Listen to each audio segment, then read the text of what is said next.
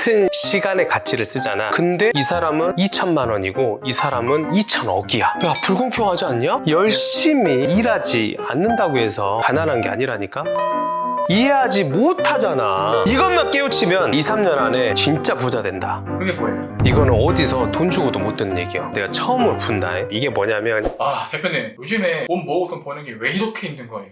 갑자기 신사한탄하고 난리요. 예전에는 그냥 은행에 돈만 넣어놔도 집을 잘 사고 그러면 자산 불어났는데 옛날 신석기 빗살무늬 토기실 얘기해보네. 은행에 있었어요.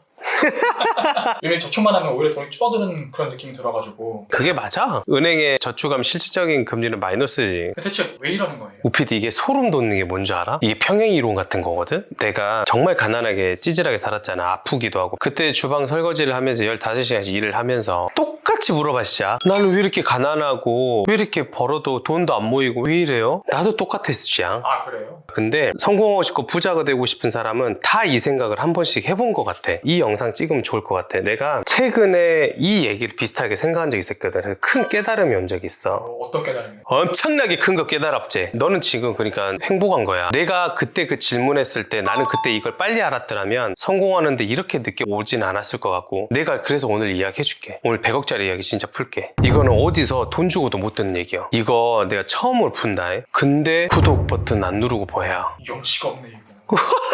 네가 해 내 멘트를. 이거는 경험하지 않으면 알 수 없는 얘기야. 책에서도 안 나와요. 구독 누르고 본다는 생각으로 말해도 되냐? 알았어. 내가 최근에 충격적인 거 목격을 한 적이 있어. 새벽 5시 반에 내가 나온 적이 있는데 좀비처럼 이렇게 다 가고 있는 거야. 가서 봤더니 일용직 있지. 일 소개소에서 장작불 떼면서 일자리 구하고 있더라고. 그래서 일 됐다니까 가고 있더라고. 그리고 택시 아저씨도 엄청나게 열심히 일을 하고 있더라고. 피곤해갖고 졸면서 운전하려더라고. 내가 우연히 택시 탄 적이 있었거든. 일을 너무 많이 했대. 투잡도 뛰고 하는데, 근데 더 충격적인 거, 소름 돋는 건 최근에 내가 리스펙하는 메가커피 엑시단 형님을 최근에 술 먹고 이제, 이 형님도 엄청 바쁘게 살아. 근데 일은 이 사람들 있지. 주방 일하고 택시 운전하면서 일용직 하면서 한 사람들이 더 뒤지게 일해 불어. 근데 이 사람은 2천만 원이고 이 사람은 2천억이야. 야, 불공평하지 않냐? 이게 뭐지? 싶었어. 왜 그런 거예요? 오피디, 모든 사람이 열심히 안 살아? 성공하고 싶으면 열심히 살죠. 다 열심히 살아. 택시 아저씨도 잠 안 자가면서 교대 근무하면서 하고, 일용직도 아침에 일찍 나가고 돈 벌려고 하고, 다 열심히 살아야. 열심히 안 사는 사람 어딨냐? 근데 잘하는 방법을 몰랐던 거야. 그거는 돈을 움직이는 구조를 모르기 때문이요. 노력의 차이가 아니고 돈의 구조를 아냐 모르냐 이 차이다. 맞아. 이런 것들을 전혀 모르는 거야.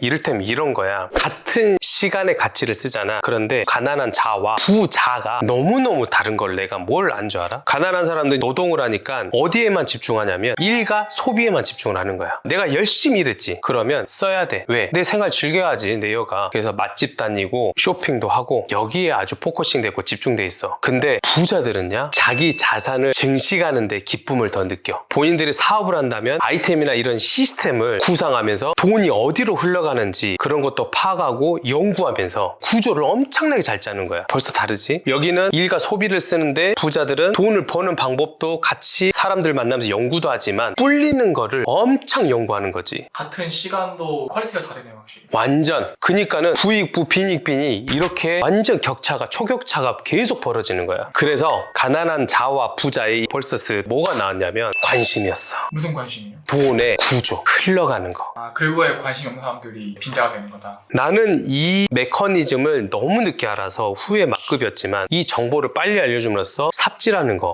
난 계속 삽질하고 있었다니까. 포크레인으로 푸는 방법 알려준다니까. 자, 돈의 구조의 대전제 아래 밑에서 얘기 들어가면 돈의 가치에 대해서 한번 이야기해 볼 거나, 옛날에는야 1960년 70년대는 은행에 돈을 넣느냐 그러면 이자를 엄청나 허블나게 줬어. 얼마나 줬어요? 연평균 27, 8% 막 줬어. 대박이지 않냐? 지금 수익률 정도는 대박인 건데. 그러니까 1억 넣어놓으면 2,700만 원 준 거예요.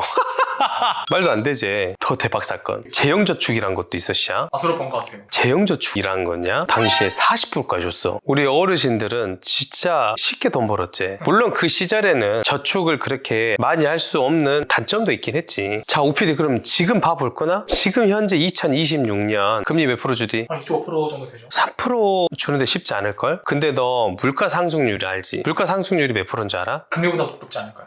그 정도 높거나 똔똔이거나 2.5%라고 치자. 그러면 똔똔이 아니야. 실질적인 금리는 마이너스란 얘기지. 네 예금 금리에서 이자도 과세하잖아. 15.4%면. 그럼 세금 떼고 나면 실질 금리는 마이너스란 말이야. 네가 그런 시대에 살고 있어. 실제로 그래서 따져보면 연 이율을 따지잖아. 그럼 너 1%씩 계속 까먹고 있는 거야 오히려. 더 대박. 또 원화가치 계속 떨어지고 있는 거 알지? 환율 장난 아니던데. 환율 1,050원, 1,080원이 얼마 전 얘기였어. 아니, 원화 가치는 계속 떨어지고 있지. 우린 이런 시대에 살고 있어. 아이스크림처럼 네 돈이 계속 녹고 있는데 너 그렇게 놔둘 거야? 안 되죠. 그래서 돈이 몸살나게 해야 된다께. 두 번째는 내 돈 가만히 놔두면 호구된다는 거 알려줘야 돼. 알아야 된다. 인플레이션 정확히 뭐야? 물가가 오르는 거죠. 맞아. 물가가 오르니까는 어때? 내 돈도 같이 올랐어? 내 돈은 같이 떨어지죠. 물가가 오르는 만큼 그만큼 상대적으로 돈의 가치는 확 떨어지겠지. 지금 해외 리더들 꼬락서니들 보니까 패권 경쟁안이라고 보니까 내가 봤을 때 더 오르면 올랐지 더 내려가진 않을 것 같다. 선진국이라는 새끼들이 다 쩌짓거리 해놨다고. 누군지 말하면 안 되니까 나 미국 못 가니까.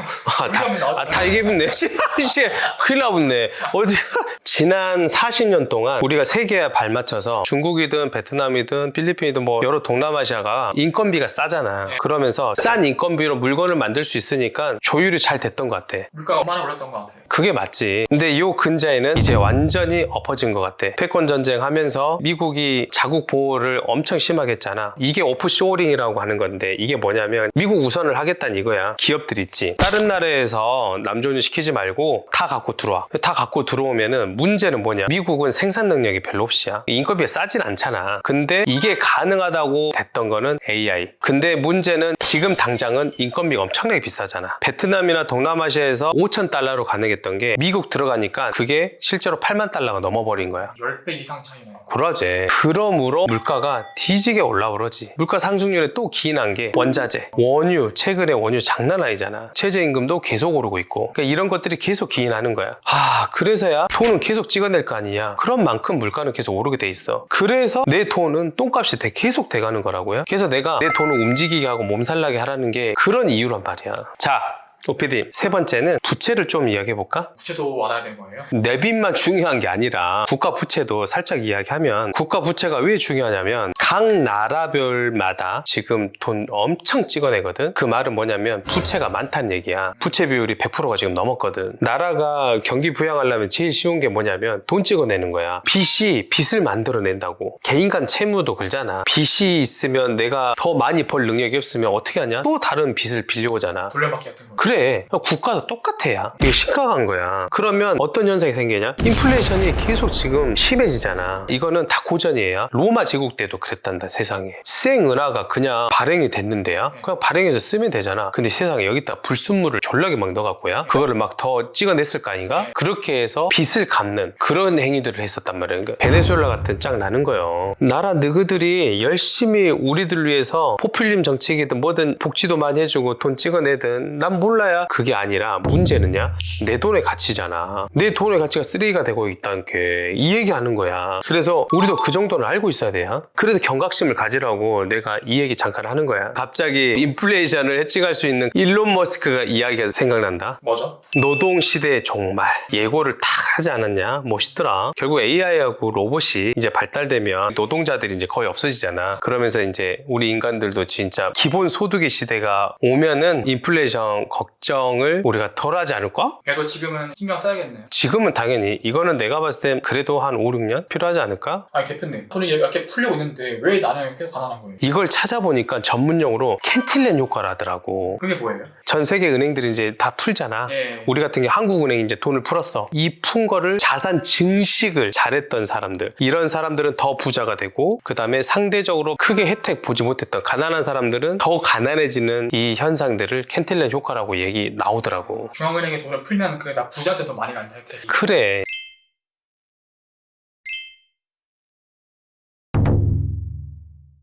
그래서 결국 이 인플레이션이라는 것 때문에 자산 증식하는 사람들은 더 많이 오르게 되고, 직장인들, 노동소득 아무것도 투자도 하지 않고 인플레이션을 해칭하지 않았던 사람들은 그 자리에 머물거나 상대적으로 박탈감이 벼락거지가 됐다는 부분이 이 부분이었던 거야. 이 얘기가 왜 중요하냐면 이 얘기가 내 얘기더라고. 이를테면 이런 거야. 물가에 사람들이 다 다 있어. 근데 누구는 옷을 하나도 입고 누구는 수영복을 입고 있었어. 근데 그 물이 다 빠졌어. 그 물이 돈이야. 뿌린 거야. 근데 물이 이제 나중에 싹 빠질 거 아닌가? 돈의 홍수가 이제 끝났다고 치자고. 근데 누구는 수영복을 입고 누구는 옷을 하나도 안 입고 있어. 결국은 이제 여실이 이제 드러나게 되잖아. 지금 드러났잖아. 내가 만약에 그때 6년 만에 열채 건물주도 안 되고 그냥 장사로만 했잖아. 그러면 나는 진짜 빨개 벗고 아무것도 없는 사람이 돼 있었을 거야. 근데 그때 우연찮게 돈을 막 뿌렸을 때 금리도 낮았거든. 돈이 갈 데가 없으니까 아파트 투자도 못하고 그러니까 건물로 사람들 투자를 되게 많이 올랐다고. 그때 불장이었어. 근데 그때 내가 타 있었던 거지. 그래서 돈의 홍수가 끝나면 깨벗고 수욕복 입었던 것처럼 누가 부자 되고 가난한 사람들이 나뉘게 되는 거야. 근데 우리 사랑하는 구독자들은 어디 휩쓸지 않고 나는 몰라 저게 내 것이 아니야 라고만 하지 말고 인플레이션에 따라서 우리도 이익을 볼 수 있는 것들을 같이 돈 공부하고 찾는 게 최고란 얘기야. 우리 같이 계속 영상 돈 공부하면서 하자는 거지. 다시 한번 이해 안 가면 한 번 더 보는 거 두세 번 보는 거 추천. 대표님 이야기 쭉 들어보니까는 왜 나만 가난해지지? 이거 알 것 같아요. 근데 우리 대체 뭘 해야 되는 건지 이건 모르겠거든요. 좋은 질문이야. 정말 쉽게 얘기해 줄게. 우리가요 아까 돈의 홍수에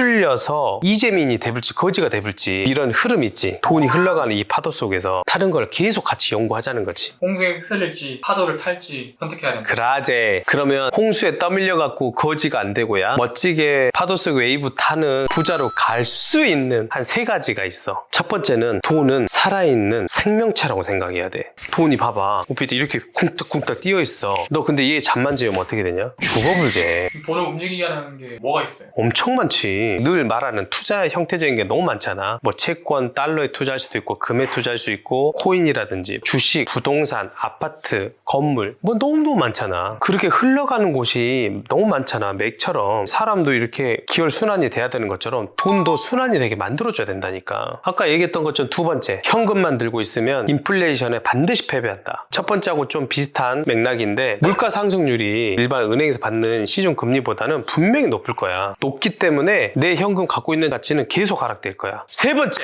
제일 중요해. 내가 아까 말했지. 구조를 이해하고 실행하는 사람이 반드시 이겨본다고. 이거요. 캔틸런 효과 이야기했잖아. 돈을 그러니까는 이제 구조를 알잖아. 알고 이거를 실행하는 사람이 결국 이긴다. 그래서 돈의 구조 너무너무 중요하다고 다시 한번 이야기하고 싶고, 우피디 성공하고 싶다며 부자 되고 싶다며 열심히 네가 일하지 않는다고 해서 가난한 게 아니라니까. 이 돈을 움직이는 구조야. 구조를 이해하지 못하잖아. 이것만 깨우치면 2-3년 안에 진짜 부자 된다. 우리 마음 잘 전달됐겠지? 이 정도면 되지 않았을까요? 여러분 잘 전달된다요? 그러면 댓글 좀 꼭 남겨주세요. 지금 제가 얘기했던 돈이 흘러가는 구조를 얼마나 이해했는지 1, 2, 3번 삼지선다형 있으니까 이거 이야기해주세요. 1번은 은행 중심의 저축만 하고 있나요? 2번 이제 투자하면서 시작 단계인가요? 3번은 내 자본을 활용해서 자산소득이 만들어지고 있는 단계인가요? 어디예요? 너무 궁금해요. 저도 댓글 또 남겨드릴게요. 여러분 꼭 남겨주세요.